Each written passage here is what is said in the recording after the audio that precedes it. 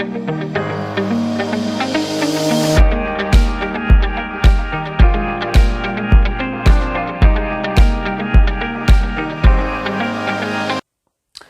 Friends, welcome to मंजिल। आज की इस वीडियो में मैं आपके साथ डिस्कशन करने वाली हूँ जो लेटेस्ट वेबिनार हुआ है कनाडा को लेकर ऑफ 8 दिसंबर 2020।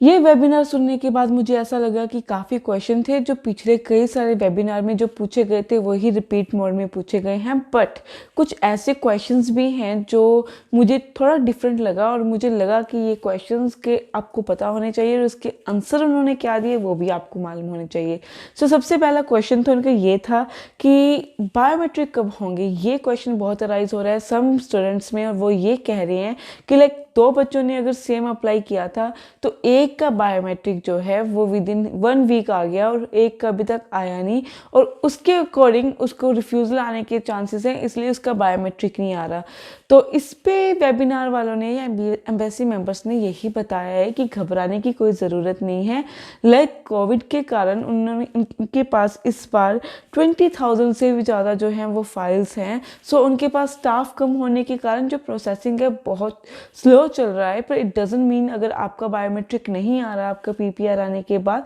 सो आपको टेंशन लेने की कोई ज़रूरत नहीं है, वो आएगा, डेफिनेटली आएगा। अब ये जो लिमिटेड टाइम है कि कब किसके पास कितने टाइम में आएगा ये कोई भी नहीं बता सकता, क्योंकि इस टाइम फर्स्ट टाइम ऐसा हो रहा है कि अगर किसी दो स्टूडेंट्स ने सेम टाइम पे अप्लाई किया है तो एक का जो बायोमेट्रिक है वो कभी जल्दी आ गया और एक का नहीं आया, तो इसमें पैनिक क्रिएट करने की कोई ज़रूरत नहीं है। और इन शॉर्ट उन्होंने इस क्वेश्चन का आंसर बड़ा ही ख़त्म कर दिया ये कहकर कि आप पेशेंस रखिए। अब इसके अलावा जो दूसरा क्वेश्चन पूछा था कि प्रोसेसिंग के कारण कि जो एम्बेसी में फ़ाइल पड़ी है उसकी प्रोसेसिंग कितने टाइम में फिनिश हो जाएगी या कितना टाइम लगेगा, उसका आंसर भी उन्होंने सेम ही दिया है कि स्टाफ कम होने के कारण जो प्रोसेसिंग है वो स्लो है, बट इट डजंट मीन कि आपकी जो फाइल है वो नहीं लगेगी, वो लगेगी, बस थोड़ा सा उनको टाइम लगेगा। बट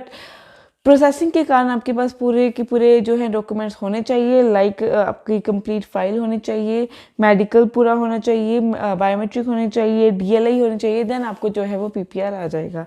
अब इसका जो रिजल्ट उन्होंने कहा है कब तक आएगा, तो उन्होंने ये कहा है कि जिनकी फाइल लगेगी उसका रिजल्ट के बारे में तो वो डेफिनेट नहीं है कि कब आएगा कब नहीं आएगा, बट जिनको रिफ्यूज़ल आनी होगी वो उन्हें तुरंत ही रिफ्यूज़ल दे देंगे, उसका जो रिजल्ट है वो उन्हें very in a short period दे देंगे। तो उनको घबराने की कोई ज़रूरत नहीं है जिनका आएगा, क्योंकि उनका लेट इसलिए हो रहा है क्योंकि स्टाफ है, बट जिनकी रिफ्यूज़ल आएगी अनफॉर्चुनेटली उनका जो रिजल्ट है वो एज सुन एज पॉसिबल जितना जल्दी होगा may be with in 1 day भी दे सकते हैं। इसके अलावा जो थर्ड क्वेश्चन था वो ये पूछा गया था कि जो ऑनलाइन क्लासेस लग रही हैं उनकी जो PSW है, पोस्ट स्टडी वर्क वीज़ा है, उसका क्या सिनेरियो है। अब ये क्वेश्चन जो है बहुत इंपॉर्टेंट है, ये आपको ध्यान में देने के लिए ज़रूरत है। तो उन्होंने कहा है जिसके 2 साल का कि जो जिनकी ऑनलाइन क्लासेस चल रही है तो उनके जो 50% क्लासेस हैं उन्होंने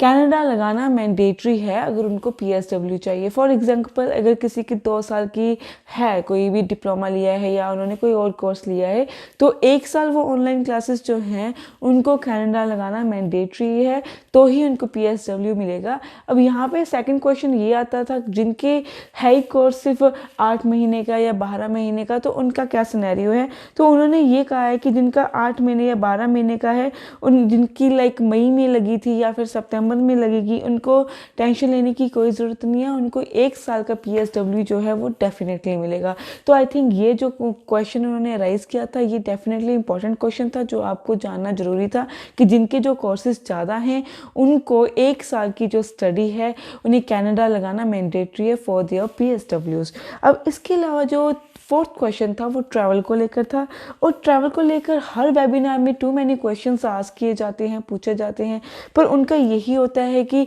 ट्रैवल कोरोना के डायरेक्टली प्रोपोर्शन है। जैसे कि अब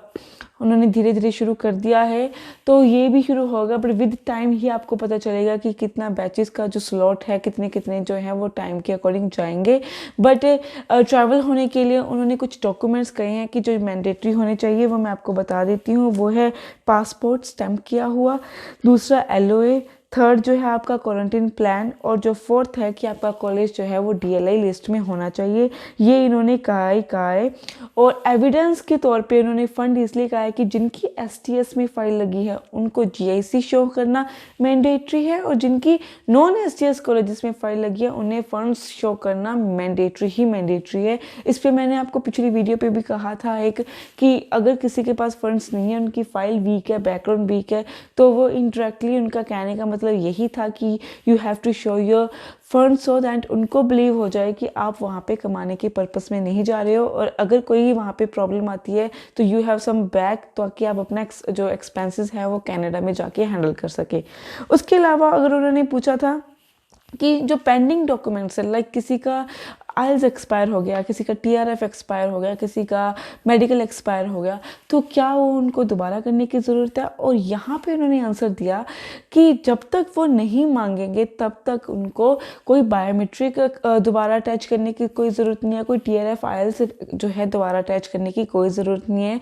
अगर वो एक्सपायर भी हो गए हैं तो भी ज़रूरत नहीं है दोबारा अप्लाई करने के लिए, आप सेम अप्लाई कर सकते हैं, बट जब वो कहेंगे तभी आपको जो है वो अप्लाई करना पड़ेगा। अब यहाँ पे उन्होंने एक बात जो कहा था लास्ट में कि जो LOA है वो अपडेट करना बहुत ज़रूरत है। जैसे जिन्होंने नवंबर जो इनटेक में अपना जो दिसंबर इनटेक का जो LOA था वो डेफर करके जनवरी इनटेक में कहा था, तो उन्होंने ये जरूर कहा था जिन्होंने डेफर किया है उन्होंने अपना LOA जो है अपडेट करना मैंडेटरी है, वरना ये चांसेस हो सकते हैं आपकी फाइल्स में एरर क्रिएट करने के लिए। और जो लास्ट क्वेश्चन और लीस्ट क्वेश्चन ये है कि उन्होंने ये कहा था कि क्या हमारा PPR आने के बाद भी रिफ्यूज़ल आ सकता है। यहाँ पे PPR है, पासपोर्ट सबमिशन रिक्वेस्ट। तो एम्बेसी ने कहा है कि PPR का मतलब ही आपका वीज़ा है, क्योंकि PPR उन्हीं बच्चों का आएगा जो पासपोर्ट स्टम्पिंग रिक्वेस्ट उनको ही आएगी जिनका जो है वो फाइल एक्सेप्ट की जाएगी, जिनका वीज़ा लगने वाला होगा, क्योंकि जिनका रिफ्यूज़ल होगा उनका वो पासपोर्ट नहीं मांगेगा स्टैम्प करने के लिए।